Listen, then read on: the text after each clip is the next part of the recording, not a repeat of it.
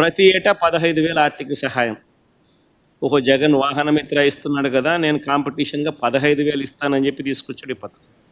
ఉన్న వాహనమిత్రకు పోయింది, పెడతానన్న 15,000 బిర్యానీ కాస్త అది మోసంగా తయారైపోయింది.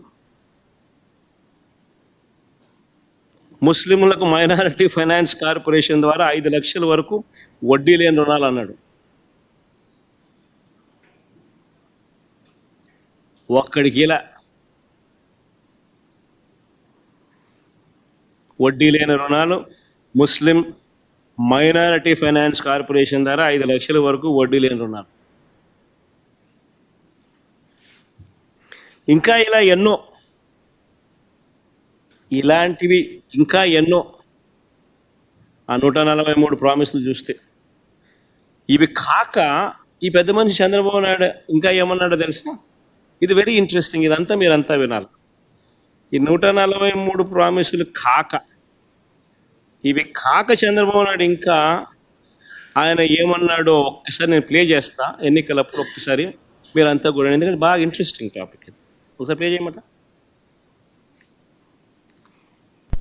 ఈరోజు నేను ఒకటి హామీ ఇస్తున్నా, జగన్మోహన్ రెడ్డి పెట్టిన సంక్షేమ కార్యక్రమాలు ఆగిపోవు, ఇంకా మెరుగైన సంక్షేమ కార్యక్రమాలు ఇచ్చి మిమ్మల్ని ముందుకు తీసుకుపోతామని హామీ ఇస్తున్నా. మనం హామీలు ఇచ్చాం, సూపర్ 6 చెప్పాం, చూస్తే భయం వేస్తా ఉంది, ముందు కదలలేకపోతున్నాం. ఈ విషయాలు రాష్ట్ర ప్రజానీకం కూడా ఆలోచించాలి. ఈరోజు నేను ఒకటి హామీ ఇస్తున్నా, జగన్మోహన్ రెడ్డి పెట్టిన సంక్షేమ కార్యక్రమాలు ఆగిపోవు, ఇంకా మెరుగైన సంక్షేమ కార్యక్రమాలు ఇచ్చి మిమ్మల్ని ముందుకు తీసుకుపోతామని హామీ ఇస్తున్నా. మనం హామీలు ఇచ్చాం, సూపర్ 6 చెప్పాం, చూస్తే భయం వేస్తా ఉంది, ముందు కదలలేకపోతున్నాం. ఈ విషయాలు రాష్ట్ర ప్రజానీకం కూడా ఆలోచించాలి.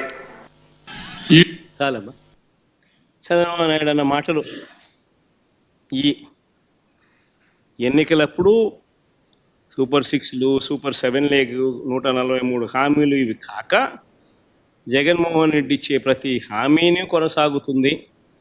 ఇవి కాక ఇంకా మెరుగైన సంక్షేమం కూడా అనలే, సంక్షేమం సంక్షేమం ఆ పథకాలు ఇస్తానని చెప్పాడు. తర్వాత ఏమన్నాడు ఇదే పెద్ద మనిషి నాడది, మళ్ళీ నేడు అసెంబ్లీలో ఆయన అన్న మాటలు ఏమన్నాడు? సూపర్ 6 చెప్పాము, సూపర్ 7 చెప్పాము, చూస్తే భయం వేస్తుంది. ఒకసారి భయం వేస్తుందని అంటాడు, ఒకసారి రహస్యం ఇంటి చెవిలో చెప్పమని అంటాడు, ఇంకోసారి ఇంకో మాట మాట్లాడతాడు. లాస్ట్కి ఏమో చూస్తే ప్రజలకు అందరికీ కూడా మోసం చేసిన పరిస్థితులు ప్రస్ఫుటంగా ప్రజలందరికీ కూడా కనిపిస్తూ ఉంది. ఈరోజు ప్రతి ఇంట్లో కూడా జరిగే చర్చ ఏమిటి అని అంటే, జగన్ ఉన్నప్పుడు బాగా చూసుకున్నాడు, కనీసం పలావ్ అన్న పెట్టాడు, ఈరోజు పలావు పోయింది,